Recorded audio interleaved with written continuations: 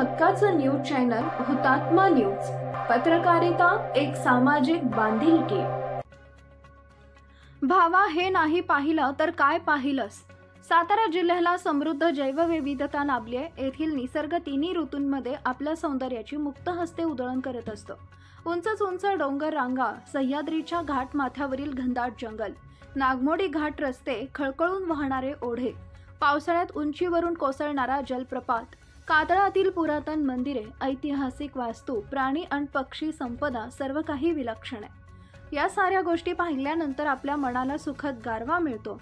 परंतु इच्छा असूनही आपल्याला या गोष्टी पाहता येत नाहीत, कारण आपल्या डोक्यात नेहमीच सुरू असतं ते विचारांचं वादळ.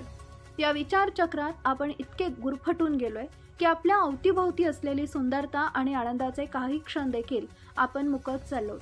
या दृष्टीनं आपल्याला भरपूर काही दिलंय. इतकंच काय, तर या सृष्टीतील आनंद पाहण्याची दृष्टी देखील दिली आहे. चला तर मग जागतिक छायाचित्र दिनाच्या निमित्ताने का होईना आपणही या निसर्गाची सैर करूया. म्हणूनच म्हणते, भावा, हे नाही पाहिलंस तर काय पाहिलंस? रक्षाबंधनाच्या हार्दिक शुभेच्छा. अश्विनी काकडे, हुतात्मा न्यूज, सातारा.